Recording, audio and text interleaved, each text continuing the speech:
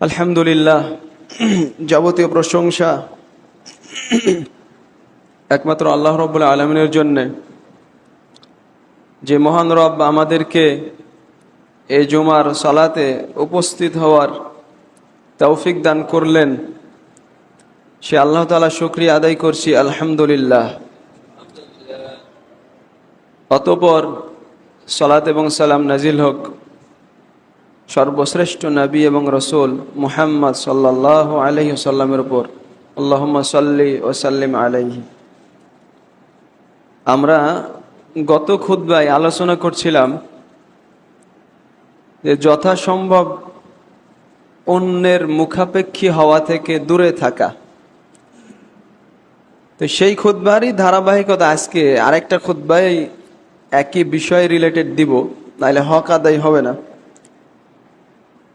আজকের খুতবার বিষয় হচ্ছে আল কানাআহ, বা আল্লাহ তাআলা আপনাকে যে রিজিক দিয়েছেন তাতে পরিতুষ্ট থাকা।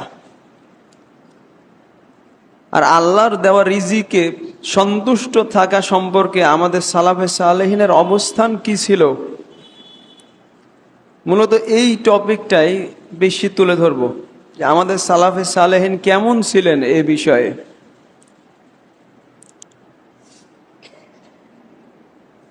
প্রত্যেক ব্যক্তিকে অবশ্যই এটা দৃঢ়ভাবে বিশ্বাস করতে হবে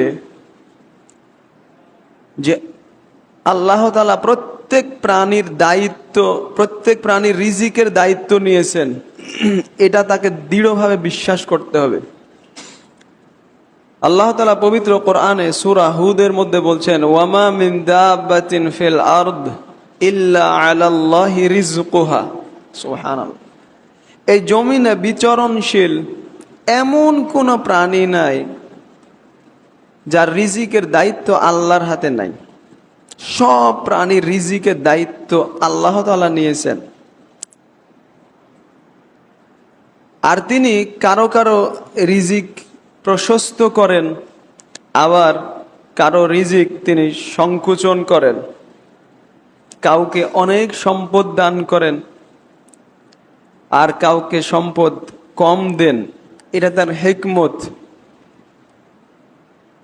প্রত্যেক মানুষ এই পৃথিবীতে আসার আগেই, যখন সে তার মায়ের পেটে 4 মাস, তখন ফেরেশতা পাঠিয়ে 4টা জিনিস লিখে দেওয়া হয়। সহিহ বুখারী হাদিস, রাসূলুল্লাহ সাল্লাল্লাহু আলাইহি ওয়াসাল্লাম বলেছেন, বিকাতবি রিজকিহি ওয়া আজালিহি ওয়া আমালিহি ওয়া শাকিয়ুন আম সাঈদুন। লিখে দেওয়া হয় তার রিজিক, যে দুনিয়াতে এসে সে কতটা রিজিক পাবে। তার বয়স লিখে দেওয়া হয়, তার আমল লিখে দেওয়া হয়, সে সৌভাগ্যবান হবে নাকি হতভাগা হবে, সেগুলো লিখে দেওয়া হয়। তো প্রত্যেক মানুষ জন্মগ্রহণ করার আগে থেকেই তার রিজিক লেখা আছে। এটা বিশ্বাস করা প্রত্যেক মুমিনের অন্যতম একটা ঈমানের দাবি। আর কোন নফস মারা যাবে না যতক্ষণ না সে তার নির্ধারিত রিজিক শেষ করবে, তার আগে মারা যাবে না। রাসূলুল্লাহ সাল্লাল্লাহু আলাইহি সাল্লাম বলেছেন যে জিবরাইল আলাইহিস সালাতু ওয়াস সালাম আমার কাছে এটা বলে গেছেন যে আন্না নাফসান লান তামুতা হাত্তা তাস্তাকমিলা আজালাহা ওয়া তাস্তাউআইবা রিজকাহা। কোন নফস মারা যাবে না যতক্ষণ না সে তার নির্ধারিত আয়ু পূরণ করেছে এবং তার যে রিজিক নির্ধারণ করা আছে এটা শেষ করেছে। যতক্ষণ তার রিজিক শেষ না হবে ততক্ষণ সে মারা যাবে না। এজন্য তিনি বললেন, ফাত্তাকুল্লাহ ওয়া আজমিলু ফিত তলাব। তোমরা আল্লাহকে ভয় করো, আল্লাহর তাকওয়া অবলম্বন করো, আর উত্তম পন্থায় রিজিক তালাশ করো।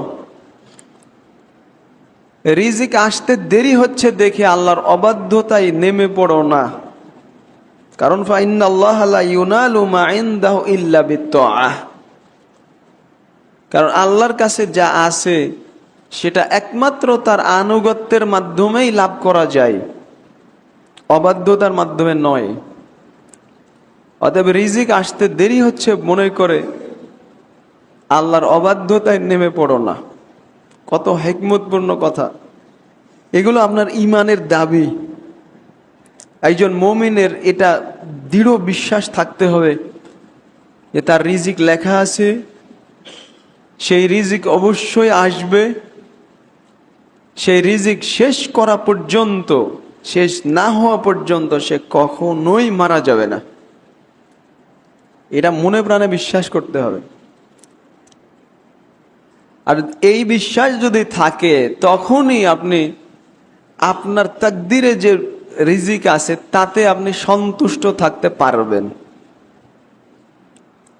এটা আপনার বিশ্বাস তখন চলে আসবে যে আমি যতই চেষ্টা করি আমার তাকদিরে যতটুকু আছে এর বাইরে রিজিক আসবে না, তখন আপনি পরিতুষ্ট হতে পারবেন। আর রাসূলুল্লাহ সাল্লাল্লাহু আলাইহি সাল্লাম বলেছেন যে সচ্ছলতা, ধনী হওয়া, এটা হচ্ছে অন্তরের অভাবমুক্ততা। লাইসাল গিনা আন কাসরাতিল আরাদ ওয়ালাকিন্নাল গিনা গিনান নাফস। সম্পদ বেশি হওয়াটাই অভাবমুক্ততা নয়, ধনী হওয়া নয়, বরং ধনী হচ্ছে অন্তরের ধনী, অন্তরে অভাবমুক্ততা। আর এটা বাস্তবে দেখাই যায় যে যার যত সম্পদ তার তত অভাব, যদি না সে ধার্মিক হয়। যার যত সম্পদ তার তত অভাব, তার তত প্রয়োজন। বরং একমাত্র ধনী হচ্ছে সে যার অন্তর ধনী। স্বাভাবিকভাবে মানুষের অন্তরে সম্পদের প্রতি একটা আকর্ষণ, টান আল্লাহ তাআলা তৈরি করে দিয়েছেন। কিন্তু সফল ওই ব্যক্তি যে তার তাকদীরে নির্ধারিত রিজিকে সন্তুষ্ট থাকে।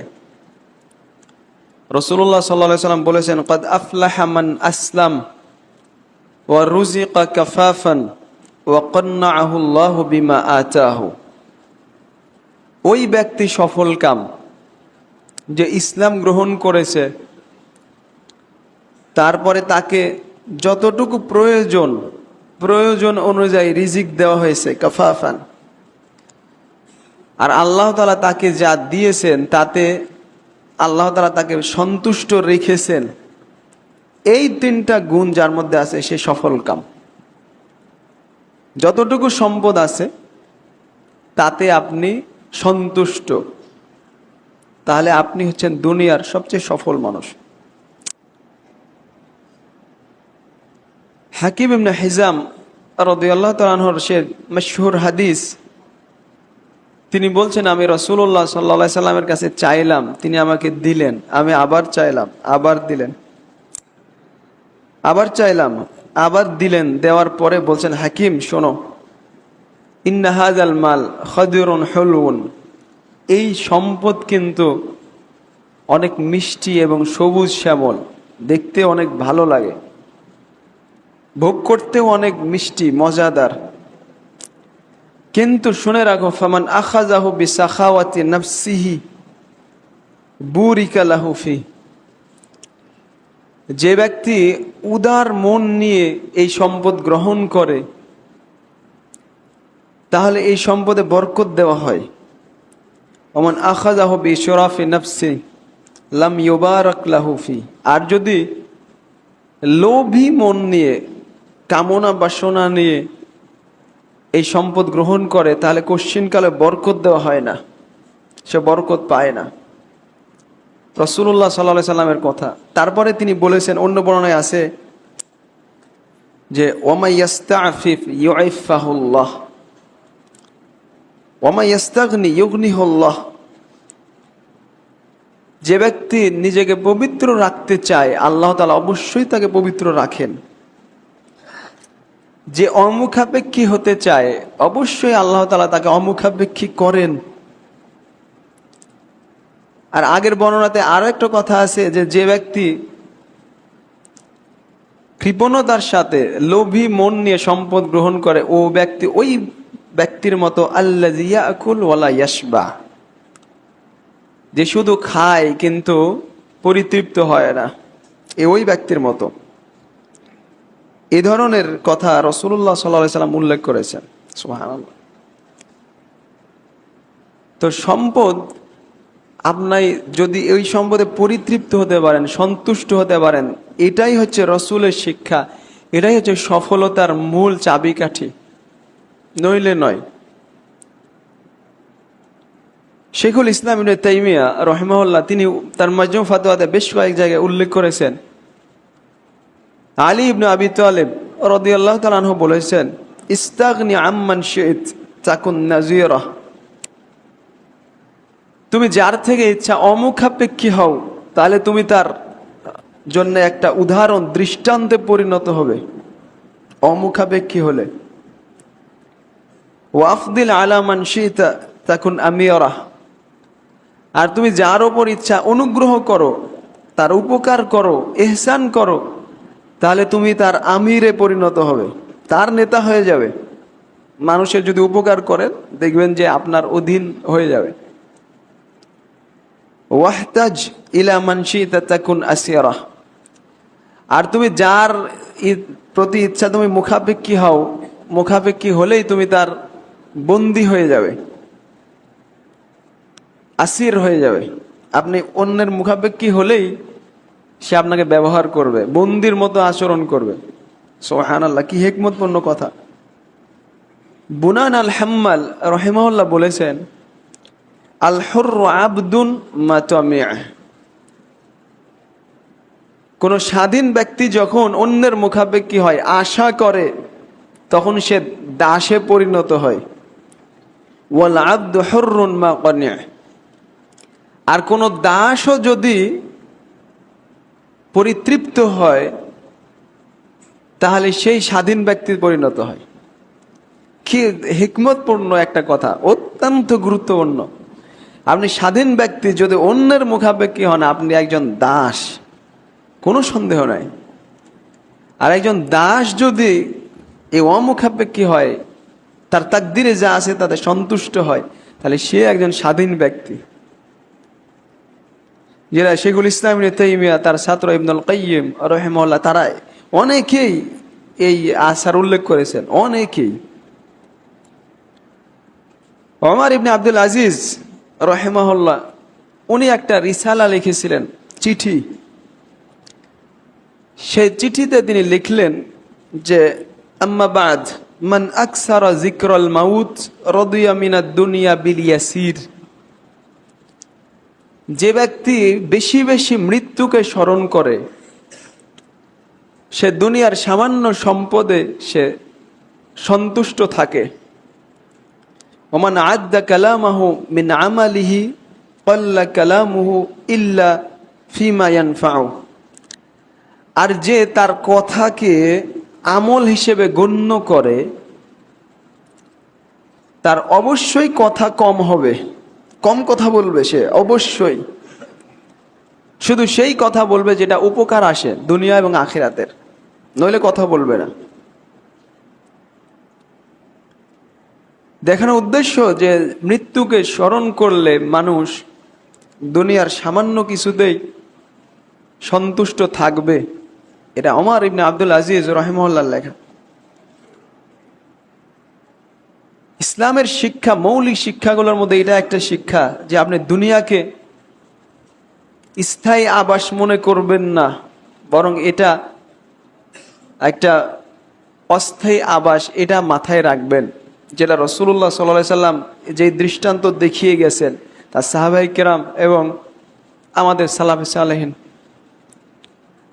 চলুন কয়েকটা রাসূলুল্লাহ সাল্লাল্লাহু আলাইহি সাল্লামের দৃষ্টান্ত দেখি, তার জীবনের কয়েকটা দিক উল্লেখ করি যে তিনি দুনিয়াকে কিভাবে গ্রহণ করেছেন আর কিভাবে আল্লাহর উপর সন্তুষ্ট ছিলেন। আব্দুল্লাহ ইবনে মাসউদ রাদিয়াল্লাহু তাআলা আনহু তিনি বলেন, নামা রাসূলুল্লাহ সাল্লাল্লাহু আলাইহি ওয়াসাল্লাম আলা হাসিরিন ফাকামা ওয়া ক্বাদ আসসারা ফি জামবিহি। একদিন রাসূলুল্লাহ সাল্লাল্লাহু আলাইহি ওয়াসাল্লাম একটা চাটাইয়ের উপর শুয়েছিলেন। চাটাই বুঝেন তো না? চাটাইয়ের ওপর শুয়ে থাকলে কি হবে? শরীরে দাগ হয়ে যাবে। তিনি যখন ঘুম থেকে উঠেছেন তখন ওই শরীরে ওই দিকে চাটাইয়ের দাগ লেগে গেছে। সুবহানাল্লাহ। সর্বশ্রেষ্ঠ মানুষ তিনি শুয়ে আছেন চাটাইয়ের ওপরে। তো সাহাবী বলছেন, আমরা বললাম, হে আল্লাহ রসুল সাল্লাল্লাহু আলাইহি সাল্লাম, লাউ ইত্তাখাযনা লাকা উইতাআন, আমরা যদি আপনার জন্য নরম একটা বিছানা বানিয়ে দিই, তোশক, তাহলে খুব ভালো হয়। রাসূলুল্লাহ সাল্লাল্লাহু আলাইহি সাল্লাম, মালি ওয়ালিদ দুনিয়া, তিনি বললেন কি, দুনিয়ার সাথে আমার কিসের সম্পর্ক?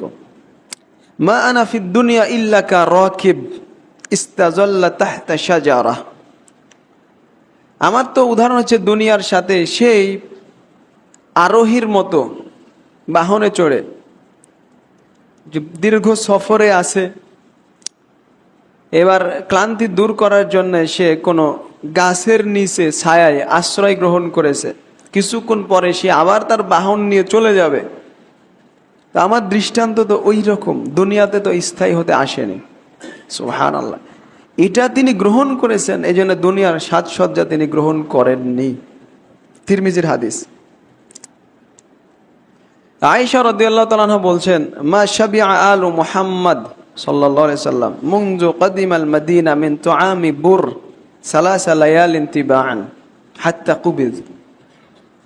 রাসূলুল্লাহ সাল্লাল্লাহু আলাইহি সাল্লাম মদিনা আসার পর থেকে মৃত্যু পর্যন্ত মুহাম্মদ সাল্লাল্লাহু আলাইহি সাল্লামের পরিবার পরপর 3 দিন পেট ভরে গমের রুটিও খেতে পাননি। পরপর 3 দিন পরিতৃপ্ত হয়ে খাবেন, এটা জুটেনি। পরপর 3 দিন মৃত্যু পর্যন্ত এইভাবে তারা জীবন অতিবাহিত করেছেন। উরওয়া রাহিমাহুল্লাহ তার খালাকে বললেন, আয়েশাকে রাদিয়াল্লাহু তাআলা আনহাকে জিজ্ঞেস করলেন। আয়েশা বলছেন, হে আমার বোনের ছেলে, শোনো, আমরা 2 মাসে 3 বার চাঁদ দেখতাম, কিন্তু এই 2 মাস, পুরা 2 মাসে আমাদের পরিবারে কোনো চুলা জ্বলতো না, কিছু রান্না করবে এর ব্যবস্থা থাকতো না 2 মাস। উরওয়া রাহিমাহুল্লাহ বলছেন যে তাহলে আপনারা কিভাবে জীবন যাপন করতেন? তিনি বলছেন, আল আসওয়াদান আত-তামর ওয়াল মা, 2টা কালো জিনিস, একটা পানি আর খেজুর দিয়ে দিন অতিবাহিত করতাম, কিছু রান্না করবে সে ব্যবস্থা থাকতো না। সর্বশ্রেষ্ঠ মানুষ মুহাম্মদ সাল্লাল্লাহু আলাইহি সাল্লামের পরিবারের এই অবস্থা ছিল। তাদের বাড়ি কেমন ছিল এরা চিন্তা করেন। আজকে আমাদের মুসলিমদের বাড়িতে কত কি ফ্যাসিলিটি, তার শেষ নাই। কিন্তু আমাদের সালাফে সালেহিনের বাড়ি কেমন ছিল? হাসান আল বসরি রাহিমাহুল্লাহ বলছেন, এটা ইমাম বুখারী রাহিমাহুল্লাহ তার আদাবুল মুফরাদে নিয়ে আসছেন, যে হাসান আল বসরি বলছেন, কুনতু আদখুলু বুয়ুত আজওয়াজিন নবী সাল্লাল্লাহু আলাইহি সাল্লাম ফি খিলাফাতি উসমান ইবনে আফফান। উসমান ইবনে আফফান রাদিয়াল্লাহু তাআলা আনহুর খিলাফতের সময় আমি নবী সাল্লাল্লাহু আলাইহি সাল্লামের স্ত্রীদের ঘরে ঢুকতাম। ফাতানাওয়ালু সাকফাহা বিয়াদিহি, একদিন ঢুকে ওই বাড়ির ছাদ আমি হাত দিয়েই স্পর্শ করতে পারতাম। মানে এত সাপড় আর এত ছোট ঘর যে আমি ঢুকে হাত দিয়ে ওই ছাদ স্পর্শ করতে পারতাম। কেমন ছিল চিন্তা করেন বাড়িটা, ঘরটা। এই ঘরে অবস্থান করতেন শ্রেষ্ঠ মানুষ মুহাম্মদ সাল্লাল্লাহু আলাইহি সাল্লাম। যেই বাড়ির বর্ণনা দিচ্ছেন হাসানুল বসরি রাহিমাহুল্লাহ, ইমাম বুখারী রাহিমাহুল্লাহ এটা উল্লেখ করেছেন। রাসূলুল্লাহ সাল্লাল্লাহু আলাইহি সাল্লামের বিছানা কেমন ছিল ওদের শুনলেন, যে হাসির, একটা হচ্ছে চাটাইয়ের। তার বালিশ কে ছিল? সহিহ বুখারীর হাদিস, কানা ফিরাশু রাসূলিল্লাহ সাল্লাল্লাহু আলাইহি সাল্লাম মিন আদম ওয়া হাশুহু মিন লিফ। রাসূলুল্লাহ সাল্লাল্লাহু আলাইহি সাল্লামের বিছানা ছিল চামড়ার, আর বালিশের মধ্যে ছিল খেজুর গাছের সোবড়া দিয়ে তৈরি বালিশ ছিল। এরা ছিল সর্বশ্রেষ্ঠ মানুষ মুহাম্মদ সাল্লাল্লাহু আলাইহি সাল্লামের বিছানা, থাকার স্থান।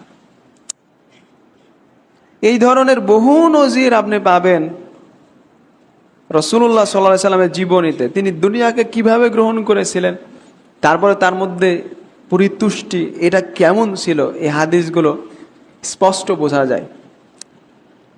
আমাদের সালাফে সালেহিনের জীবনী দেখলে এ ভুরি ভুরি নজির কত আছে, তার মধ্যে বেশ কিছু আসার আজকে উল্লেখ করব। সাঈদ ইবনে সুয়াইদ রাহিমাহুল্লাহ তিনি বলছেন, একদিন ওমর ইবনে আব্দুল আজিজ রাহিমাহুল্লাহ আমাদেরকে নিয়ে জুমার সালাত আদায় করালেন। ওমর ইবনে আব্দুল আজিজ বাদশাহ, খলিফা, পঞ্চম খলিফা। তো সুম্মা জালাসা আলাইহি কমিস, তিনি সালাত আদায় করানোর পরে বসলেন। তো তার শরীরে যে জামা ছিল, জামার বর্ণনা দিচ্ছেন কি, মারকুউল জাইবি মিন বাইনি ইয়াদাইহি ওয়া মিন খালফি। ওই জামার যে পকেট ছিল, পকেট ছেঁড়া পকেট, তালি লাগানো আছে, সামনে পিছনে দুই দিকে তালি লাগানো আছে। খলিফার জামা ছেঁড়া, সেলাই করা আছে। তো এক ব্যক্তি তাকে বললেন, হে আমিরুল মুমিনিন, মুসলিমদের খলিফা উনি, ইন্নাল্লাহ ক্বাদ আতাক, আল্লাহ তাআলা আপনাকে অনেক সম্পদ দিয়েছেন, ফালাউ লাবিস্তা, আপনি যদি ভালো পোশাক পরতেন, জুমার দিনে এই পোশাক পরে আছেন। খলিফাতুল মুসলিমিন ওমর ইবনে আব্দুল আজিজ রাহিমাহুল্লাহ উত্তর দিচ্ছেন, উফাদ্দিলুল কসদা ইনদাল জিদাহ ওয়াল আফওয়া ইনদাল মাকদিরা। সুবহানাল্লাহ। উনি উত্তরে বলছেন যে আমি পছন্দ করি যে সামর্থ্য থাকা, সচ্ছলতা থাকার পরেও মধ্যম পন্থা অবলম্বন করতে। এটা মধ্যম পন্থা। সুবহানাল্লাহ। তার সম্পদের অভাব নাই, কিন্তু উনি বিনয়ী হওয়ার কারণে তালি লাগানো পোশাক পরে আছেন জুমার দিনে। আর কি বললেন, ওয়াল আফওয়া ইনদাল মাকদিরা, আমি আরো পছন্দ করি যে ক্ষমতা থাকার পরেও ক্ষমা করতে, মানুষকে ক্ষমা করে দিতে, এরা আমি চাই। ওমর ইবনে আব্দুল আজিজ রাহিমাহুল্লাহর ছেলে আব্দুল আজিজ তিনি বর্ণনা করছেন যে আমাকে একদিন মনসুর রাহিমাহুল্লাহ ডাকলেন, ডেকে বলছেন, কাম কানাত গাল্লাতু ওমর ইবনে আব্দুল আজিজ হিনা ইস্তুখলিফ। আচ্ছা, ওমর ইবনে আব্দুল আজিজ যখন খলিফা হয়েছিলেন তখন তার সম্পদ কত ছিল? তো তার ছেলে বলছেন খামসুনা আলফা দিনার। যখন খলিফা হয়েছিলেন তখন তার সম্পদ ছিল 50,000 দিনার। তো মনসুর রাহিমাহুল্লাহ প্রশ্ন করলেন, কাম কানাত ইয়াওমা মাউতি, যখন উনি মারা গেলেন তখন তার সম্পদ কত ছিল? তার ছেলে বলছেন মিআতা দিনার, মাত্র 200 দিনার। খলিফা হওয়ার পরেও উনি নিজের সম্পদ ব্যবহার করেছেন 50,000 থেকে কমতে কমতে যখন মারা যান তখন তার সম্পদ ছিল মাত্র 200 দিনার। খলিফা হওয়ার পরে অন্যের মুখাপেক্ষী হননি, জনগণের সম্পদ আত্মসাৎ করেননি। আজকে আমাদের মুসলিমদের অবস্থা কি চিন্তা করেন। নাসাল্লাহু আলাইহি। ওমর ইবনে আব্দুল আজিজ রাহিমাহুল্লাহর কাছে আসলেন মাসলামা ইবনে আব্দুল মালিক রাহিমাহুল্লাহ। মাসলামা রাহিমাহুল্লাহ যখন আসলেন তখন দেখছেন খলিফার শরীরে একটা পোশাক আছে, আলাইহি কামিসুন ওয়াসিখ, একটা ময়লাযুক্ত পোশাক, পরিষ্কার পরিচ্ছন্ন নাই। তো মাসলামা বললেন এই খলিফার স্ত্রীকে যে এই পোশাকটা আপনি ধুয়ে দিবেন, পরিষ্কার করবেন। উনি বললেন ঠিক আছে, আমরা করব। কিছুদিন পরে আবার দেখতে আসছেন, এসে দেখছেন খলিফার গায়ে ওই পোশাকই আছে, ময়লাযুক্তই, পরিষ্কার করা হয়নি। তো উনি আবার ওই সেই মহিলাকে জিজ্ঞেস করলেন কি ব্যাপার। তো ওই মহিলা উত্তর দিচ্ছেন, ওয়াল্লাহ মা লাহু গায়রু, আল্লাহর কসম উনার তো এই একটাই পোশাক, এই পোশাক ছাড়া অন্য পোশাক নাই। মা ইনদাহু গায়রু হাদাল কামিস, এই পোশাক ছাড়া তার অন্য কোনো পোশাক নাই। আমাদের সালাফে সালেহিনের অনেকের জীবনীতে আপনি পাবেন তাদের পোশাক পরিচ্ছদে কখনো বিলাসিতা ছিল না। অনেক ইমামের জীবনীতে পাবেন যে তারা পড়াশোনার জন্যে, পড়াশোনায় এত ব্যস্ত থাকতেন যে পোশাক, এমন পোশাক পরতেন যাতে ময়লা লাগলো সেভাবে বোঝা না যায়, মিটে বর্ণের, যাতে অনেক ময়লা হয়ে যায় কিন্তু পোশাক ধুবে এই সময় তো তার কাছে নাই। আজকে আমাদের অনেক নামধারী আলেমদের অবস্থাই হচ্ছে যারা যে কি পরিমাণ বিলাসী, সুবহানাল্লাহ। আমাদের সালাফগণ এরকম ছিলেন না, কখনোই না। ওমর ইবনে মুহাজির রাহিমাহুল্লাহ বলছেন যে কানাত নাফাকাতু ওমর ইবনে আব্দুল আজিজ ফি কুল্লি ইয়াউমিন দিরহামাইন। ওমর ইবনে আব্দুল আজিজ রাহিমাহুল্লাহ তার প্রতিদিনের খরচ ছিল মাত্র 2 দিরহাম, মাত্র 2 দিরহাম। ওয়া কানা আস-সিরাজু বিবাইতি ওমর ইবনে আব্দুল আজিজ আলা সালাসি কাসাবাত ফাওকাহুন্না তির। আর খলিফার বাড়িতে যে বাতি জ্বলতো, প্রদীপ, এ বাতি রাখার স্থান ছিল বাঁশের তৈরি কয়েকটা ছোট চিকন চিকন কঞ্চি, এর ওপরে মাটি লেপে দেওয়া আছে, ওর ওপরে উনি ওই বাতি রাখতেন। সুবহানাল্লাহ, এত নিম্নমানের জায়গা খলিফার বাড়িতে। এরা আপনি এখন চিন্তাই করতে পারেন না, এই মানের ইমানদার মানুষ এখন অসম্ভব নাই। কাসিম ইবনে মুখাইমিরা বলছেন রাহিমাহুল্লাহ, উনি বলছেন লাম ইয়াজতামি আলা মাইদাতাই লাউনানি মিন তুআমিন কাত।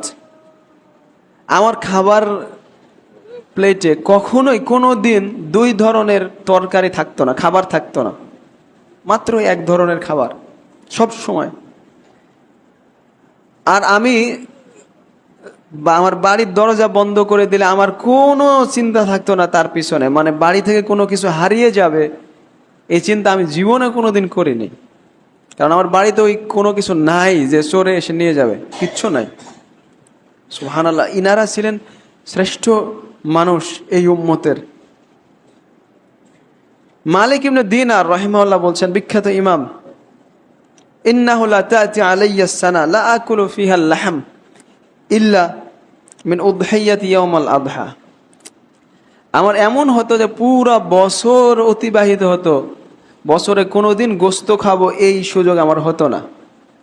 শুধুমাত্র ঈদুল আজহার দিনে যে কুরবানি করতাম ওই দিন গোস্ত খেতে পেতাম, বাকি পুরা বছর গোস্ত খাবো এই সামর্থ্য আমার ছিল না।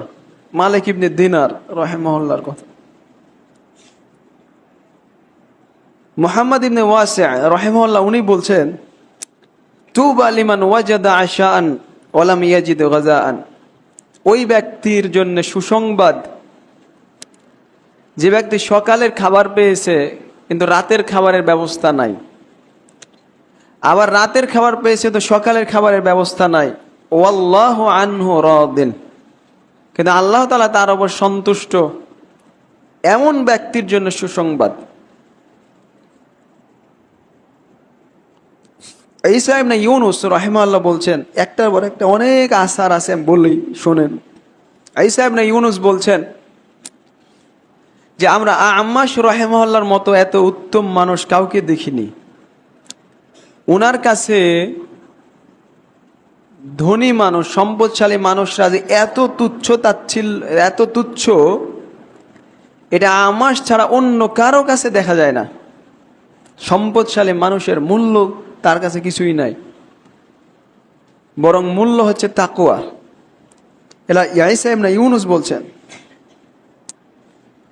ইবনে বাশশার রাহিমাহুল্লাহ বলছেন যে আমরা ইব্রাহিম ইবনে আদহাম রাহিমাহুল্লাহর সাথে সন্ধ্যাবেলায় ছিলাম, তা উনি সিয়ামরত অবস্থায় আছেন, আমরাও ছিলাম, কিন্তু সিয়াম ইফতার করব, এই ইফতার করার কোনো খাবার আমাদের কাছে ছিল না, কোনো খাবার নাই যে ইফতার করব।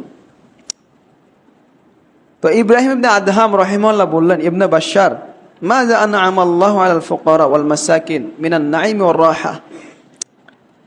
ইবনে বাশশার শুনো, আল্লাহ তাআলা দরিদ্র ফকির মিসকিনদের উপর কতই না নিয়ামত দান করেছেন, তারা কতই না আরামে আছে। লা ইয়াসআলুহুম ইয়াওমাল কিয়ামা আন যাকাতিন ওয়ালা হজ্জিন ওয়ালা সলাতিন ওয়ালা সিলাতি রহিমিন। কিয়ামতের দিন আল্লাহ তাআলা তাদেরকে না হজের জিজ্ঞেস করবেন, না সলাতের, জাকাতের, না আত্মীয়তার সম্পর্ক রক্ষা করা অর্থনৈতিকভাবে, কিছুই জিজ্ঞেস করবেন না, কারণ তাদের কি এই সামর্থ্যই নাই। লা তাগতাম্মা, অতএব তুমি চিন্তা করো না। ইব্রাহিম ইবনে আদহাম বললেন যে আল্লাহ তাআলা ফকির মিসকিনদের ওপর কতই না নিয়ামত করেছেন, তাদের এই কোনো চিন্তা নাই। ওয়ানাহনু ওয়াল্লাহ আল মুলুকু আল আগনিয়া, মুলুকুল আগনিয়া। উনি বলছেন যে আল্লাহর কসমে আমরা হচ্ছে ধনীদের বাদশা। তাআজ্জালনা রাহ, আল্লাহ তাআলা আমাদেরকে দ্রুতই এই আরাম শান্তি দান করেছেন, কোনো কিছু হারানোর ভয় নাই। তো তারা তখন সালাত শুরু করলেন। কিছুক্ষণ পরে এক ব্যক্তি অনেক খেজুর আর 8টা রুটি নিয়ে আসছে। তো ইব্রাহিম ইবনে আদহাম রাহিমাহুল্লাহ উনি একজনকে 3টা রুটি দিলেন, এই বর্ণনাকারীকে 3টা, আর উনি নিজে 2টা রুটি খালেন আর আল্লাহর প্রশংসা করলেন। তো এই ধরনের কথা আমাদের সালাফে সালেহিনের জীবনীতে বহু। ইমাম শাফিঈ রাহিমাহুল্লাহ বলছেন, মা ফাজিআতু মিনাল ফাকরি কাত। ইমাম শাফিঈ বলছেন, আমি জীবনে কোনোদিন দরিদ্রতাকে ভয় করিনি। এরপরে অত্যন্ত গুরুত্বপূর্ণ একটা কথা বলেছেন, এটা মুখস্থ করে রাখবেন, তলাবু ফুদুলিদ দুনিয়া উকুবাতুন আকাবা বিহাল্লাহু আহলাত তাওহীদ। আপনার জরুরি প্রয়োজন নাই, অতিরিক্ত দুনিয়া উপার্জন করা এটা হচ্ছে আল্লাহর পক্ষ থেকে দেওয়া আপনাকে শাস্তি। আল্লাহ তাআলা তাওহীদপন্থী বান্দাকে এটার মাধ্যমে শাস্তি দেন। দুনিয়ার ধন সম্পদ জড়ো করেন বেশি বেশি, এটা হলো ইমাম শাফিঈর মতে হচ্ছে শাস্তি। আল্লাহ তাআলা আপনাকে এটার মাধ্যমে শাস্তি দিচ্ছেন। বেশি দুনিয়া উপার্জন করে আপনি কি করবেন, কোথায় যাবেন? ওটা তো রেখে চলে যেতে হবে, আপনি সাথে কি নেবেন?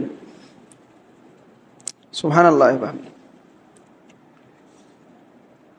ইমাম আব্দুর রাজ্জাক রাহিমাহুল্লাহ মুসান্নাফ কিতাবের লেখক, উনি একদিন ইমাম আহমদ ইবনে হাম্বল রাহিমাহুল্লাহর কথা বলে কান্নায় ভেঙে পড়ছেন, তার চোখ দিয়ে অশ্রু ঝরছে। উনি বলছেন, ইমাম আহমদ যখন ইয়েমেনে আসলেন, খবর আসলো ইমাম আব্দুর রাজ্জাক রাহিমাহুল্লাহর কাছে যে ইমাম আহমদ ইবনে হাম্বলের কাছে কিছুই নাই, যা ছিল সব শেষ হয়ে গেছে।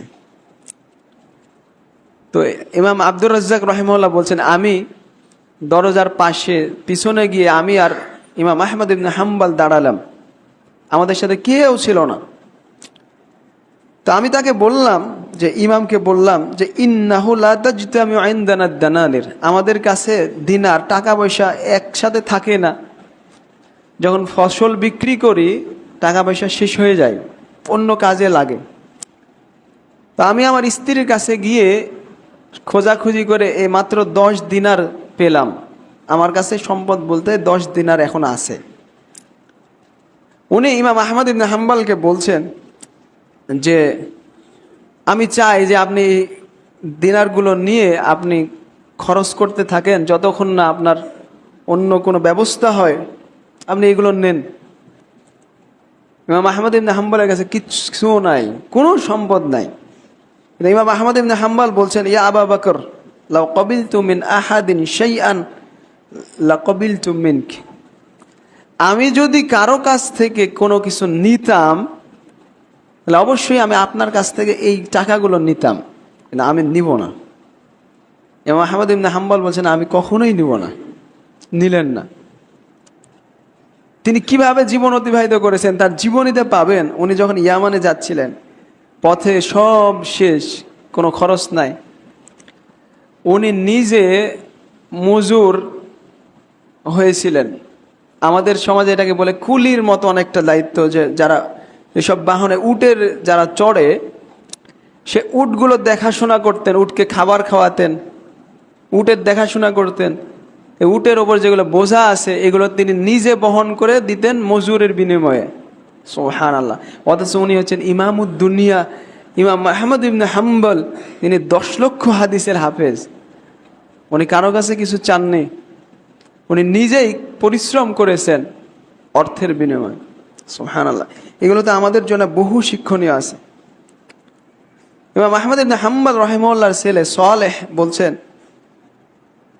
এই হাদিস দীর্ঘ কিচ্ছা, আরেকটা বর্ণনা বলে শেষ করো, সময় নেই আজকে, শেষ। ইমাম আহমদ ইবনে হাম্বলের ছেলের কাছে ইবনু তাহের রাহিমাহুল্লাহ একটা কাফন পাঠালেন। যখন ইমাম আহমদ মারা গেছেন, কাফন দিবেন ইবনু তাহের, মন্ত্রী, তখনকার মন্ত্রী পর্যায়ের লোক। তো ছেলে বলছে, সালেহ বলছে যে না, এটা আমার আব্বা অপছন্দ করতেন, এটা আমি নিব না। অস্বীকার করছেন না, বরং ইন্না আবি কদ আ'আদ্দা কাফানাহু, আমার আব্বা নিজেই নিজের কাফন প্রস্তুত করে গেছেন। তিনি বলে গেছেন যে ওর কাপড়ে, ওই কাপড়ে কাফন দিতে। তো মন্ত্রী বলছেন না, অবশ্যই তোমাকে এটা নিতে হবে।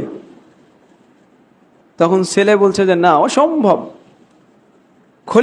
খলিফা আমার আব্বাকে এটা ছাড় দিয়েছেন, যেটা তিনি অপছন্দ করতেন। খলিফা কোনো কিছু চাপিয়ে দিতেন না, আপনি কেন দিবেন? দিয়ে তিনি আর এটা গ্রহণ করলেন না। ইমাম আহমদ ইবনে হাম্বল রাহিমাহুল্লাহ জীবদ্দশাতেও কোনো কিছু গ্রহণ করেননি। সাথে সাথে তিনি বলে গেছেন যে মৃত্যুর পরেও তাকে তার নিজের সম্পদ দিয়ে যেন কাফন দেওয়া হয়।